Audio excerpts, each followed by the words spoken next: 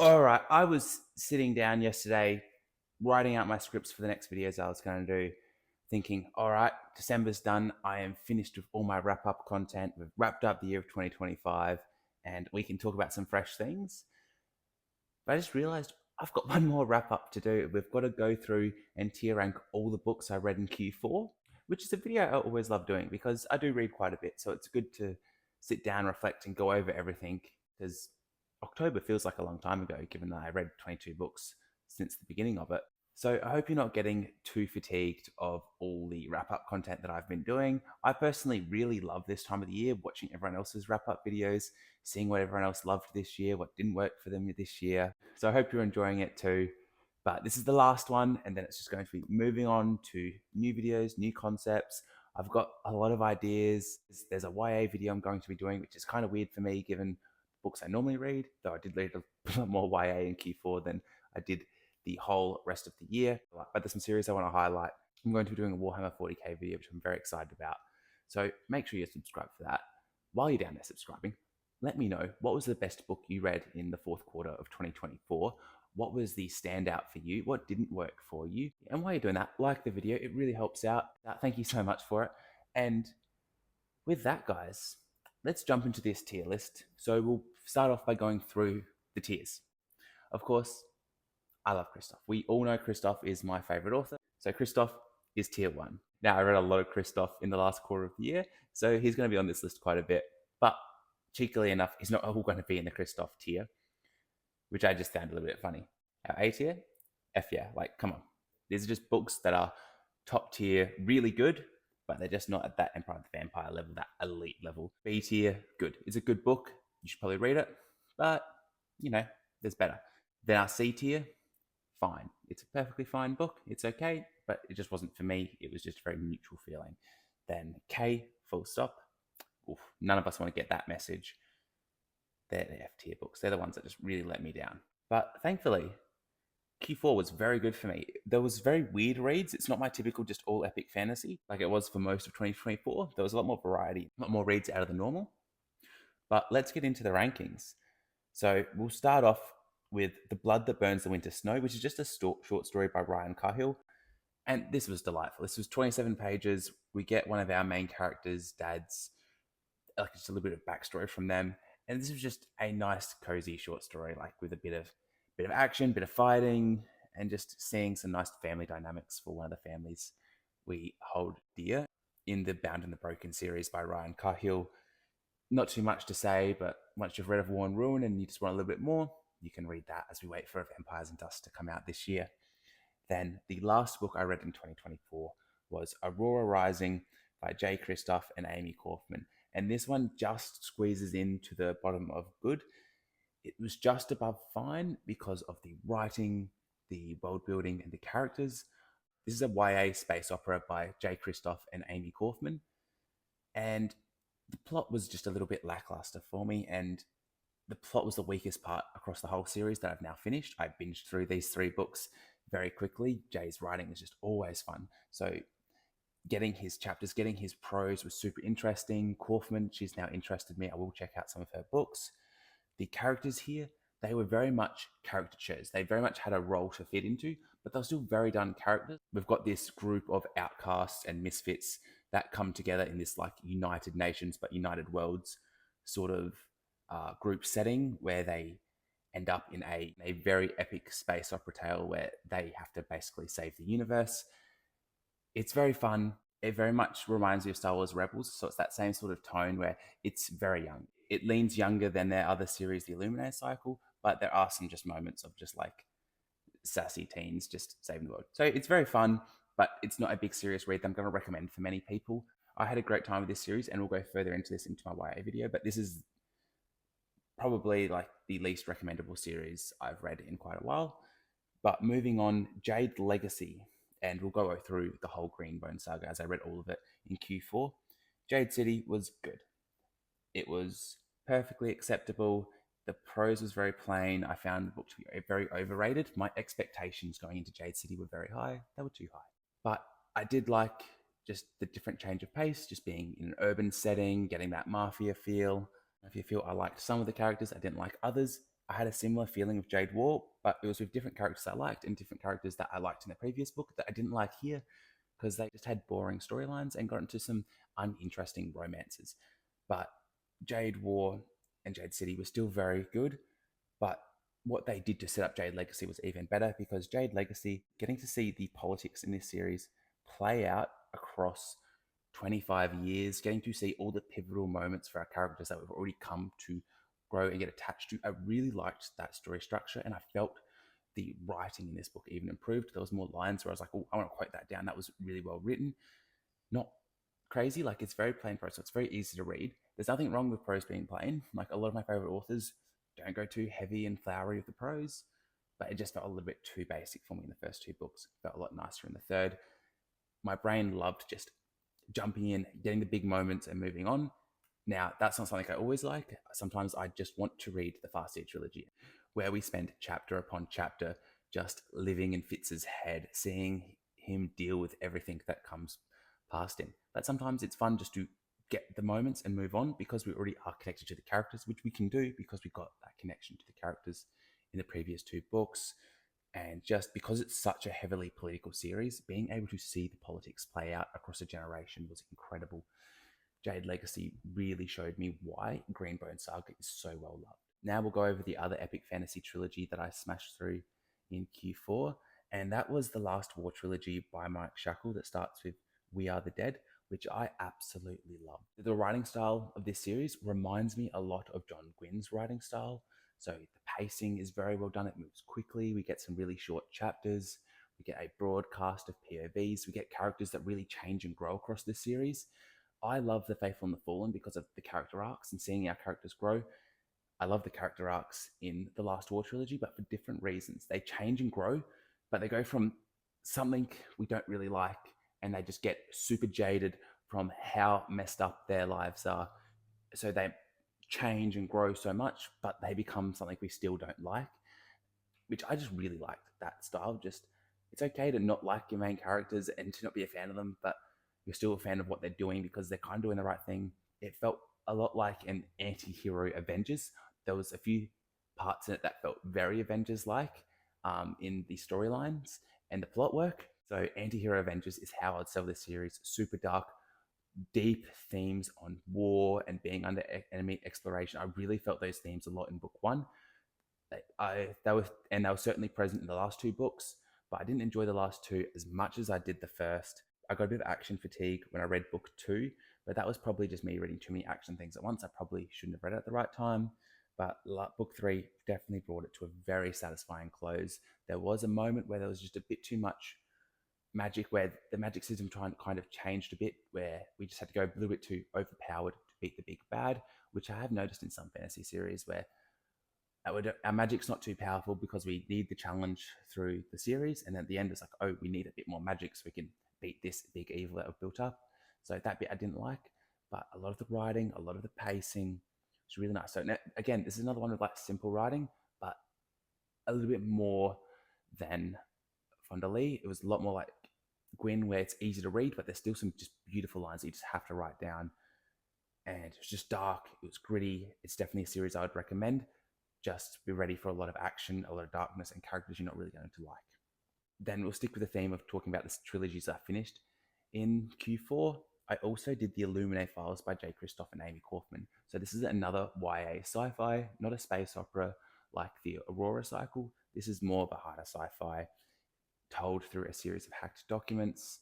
We've got a isolated mining colony, a big evil corporation just trying to demolish that little colony, the colony trying to flee on some passing Union research ships, and that's where the story kicks off.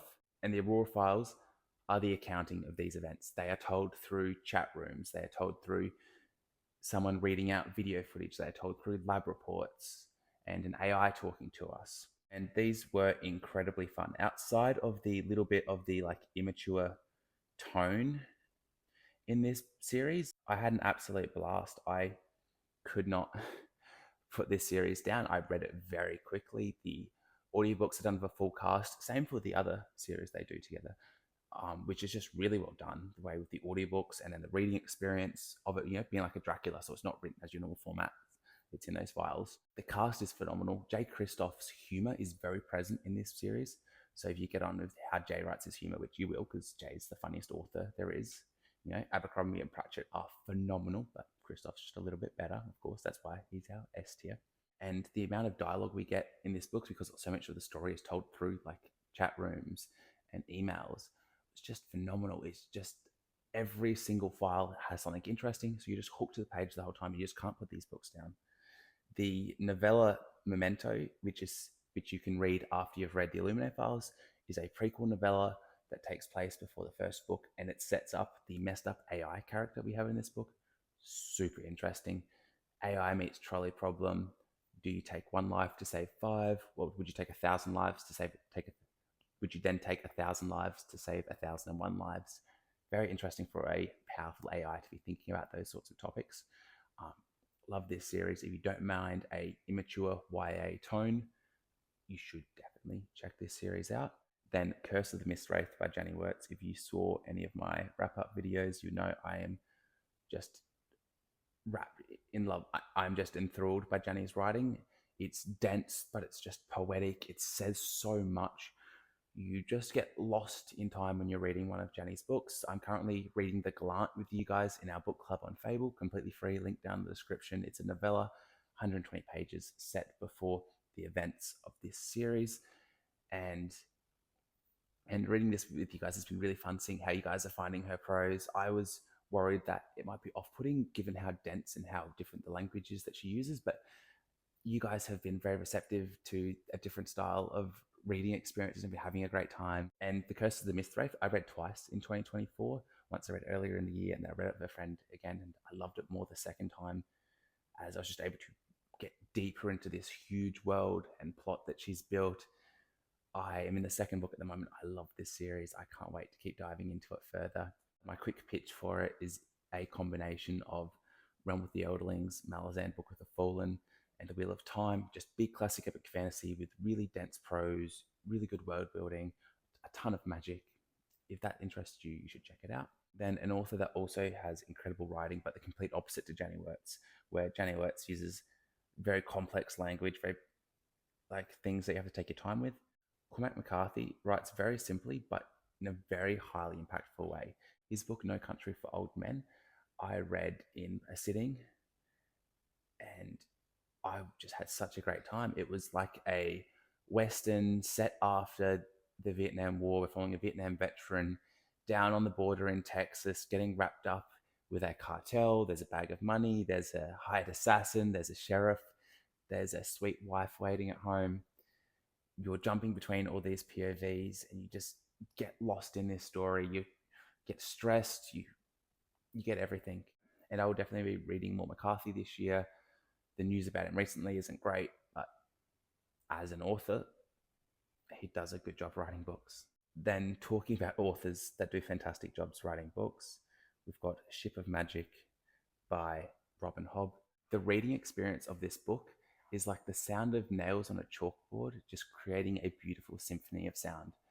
This is pure frustration. This is a family drama in a nautical fantasy setting. The family drama is the highlight of the page. The family dynamics are what make this book. And we get a lot of POVs from across this family. The dynamic between mother-in-law and son-in-law, mother and daughter, son and father. All of these dynamics are incredibly grating. They're tough to see. They're frustrating. And Hobb just weaves this frustration throughout the book where you're just on edge the whole time. But because of just her beautiful writing style, the way she's able to weave it all together and just comes together for a beautiful ending, well, a really interesting ending. You're just entrapped up in this book and you can't put it down. And the writing is cozy and warm, but you feel the tension between all these different characters playing out. So you just have the best time with Hobb. I can't wait to get back to this series in 2025. I'll be reading it very soon. Then a lovely indie book by Sean Bobby Kerr, A Journey Thrice Begun. And this book was really well done. It was written very well. It starts off just in a very cozy fantasy setting, just hanging out with the family. There's a bit of a love interest. It feels very whimsical. It feels very fairy tale-esque. I'm like, oh, I'm just reading a nice 500-page fairy tale. And then at some point, it just turns into a big, sprawling epic that gets super dark. And I just didn't see that coming because of how whimsical and cozy the beginning of the book felt.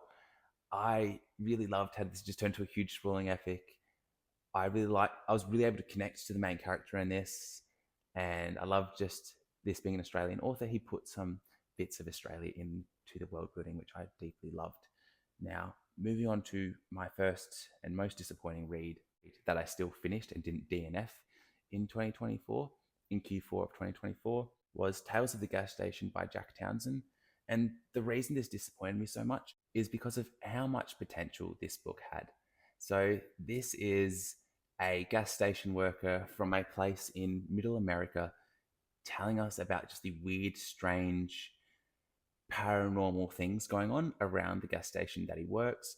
Our main character, he is a bit of a psychopath. He doesn't feel emotions the way we do. He just kind of notices things and just moves on, which is very just funny and comical with how he views the world and how he perceives things. And, this was very easy to read. It was very light. It was comical.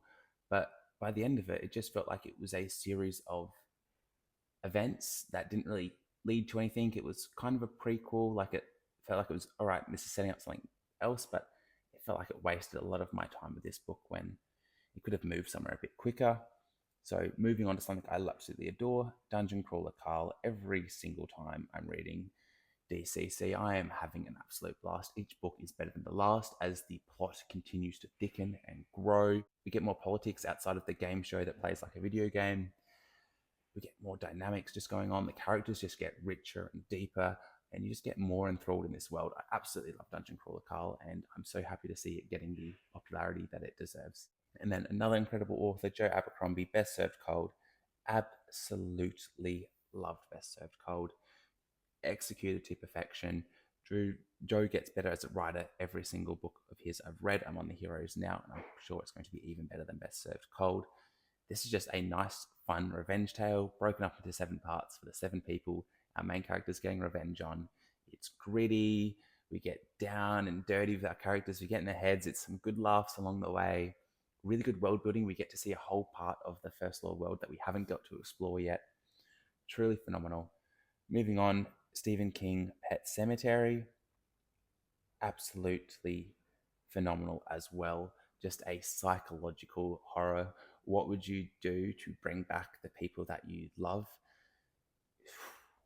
This was enthralling. Like, not that much really happens in this book. It's like a 15-hour audiobook, but you're interested the whole time. You're just seeing this family growing up in this place. You're getting interested in their lives. You feel this eerie feeling building, and then just some really messed up stuff happens at the end that just have you engaged and thrilled the whole time. Just the way Stephen King can do character and get inside their heads so well. Fantastic. Rhythm of War. I enjoyed this more than I did the first time I read it. This was a reread, which makes it even more disappointing that I wasn't able to finish book 5 because there were some great Kaladin moments in Rhythm of War. The science and the magic linking together. I don't really like that. I want magic to be magical, science to be scientific. I don't want fake science and too much just weird magic science going on. So it was better than last time, but it still wasn't just a great book. It didn't hit the same highs that the previous 3 books do for me, particularly the first 2 books in the series. But I still very much like Rhythm of War. There was lots of good parts of it, particularly Kaladin, of course. He's my favorite. Now, obviously, Empire of the Damned, straight to the top. This was a reread. Some of my friends were doing it, and I just had to join in. I am excited to reread this book again. I've talked about Christoph endlessly on this channel, so you guys know. The prose is elite, just descriptive, rich. You want to quote every single line. There's beautiful artwork throughout the books. The narrator does a perfect job. The main character, Gabriel de Leon, is my favorite character. Every single page he is on is just a fun experience because of the wit and humor that he has. His dialogue, the dialogue in this series is the best dialogue in all of fantasy. The world building is huge for a trilogy that only has 2 books out. The rich lore and the history, the plot, the setup with Gabriel telling us this story from a prison cell, talking to a vampire historian. I get lost in this world. I am already ready to reread it, getting ready for book 3. I won't reread it yet. That'll be part of our book clubs at the end of the year. We'll do a read to get ready for the last book coming out. So I won't go anywhere further than The Fury of the Gods was our first find of the day. I love the Bloodsworn Saga. The Shadow of the Gods, that cover that I saw in the bookstore was the book that got me back into reading fantasy. That was the first book I binged since that was the first book I'd binged in a very long time, and it got me back into reading on a consistent basis. Then The Hunger of the Gods, I loved even more. It was just such a phenomenal book. I love the world, the setting, the characters. And I reread those 2 books earlier this year, loved them again. But then The Fury of the Gods felt like a big letdown for me. I felt like the series just ended back up pretty much where it was at the start. There were plot lines that were wiped out in a sentence, like big, huge plot lines were like, oh my goodness, how are our characters going to deal with this? And then they're wiped out in a second. There were just loose plot threads left at the end where it's like, hang on, what happened to this thing? And it ended in a place where it ended very similar to The Faithful and the Fallen, and how The Faithful and the Fallen set up the other series to come after. This didn't have to do that. The Faithful and the Fallen having that ending was very appropriate. And that ending was different from where that series started. But this series ends where it starts. A lot of the character arcs felt flat, and they didn't go where I thought they would or where I wanted them to go. It felt very bland.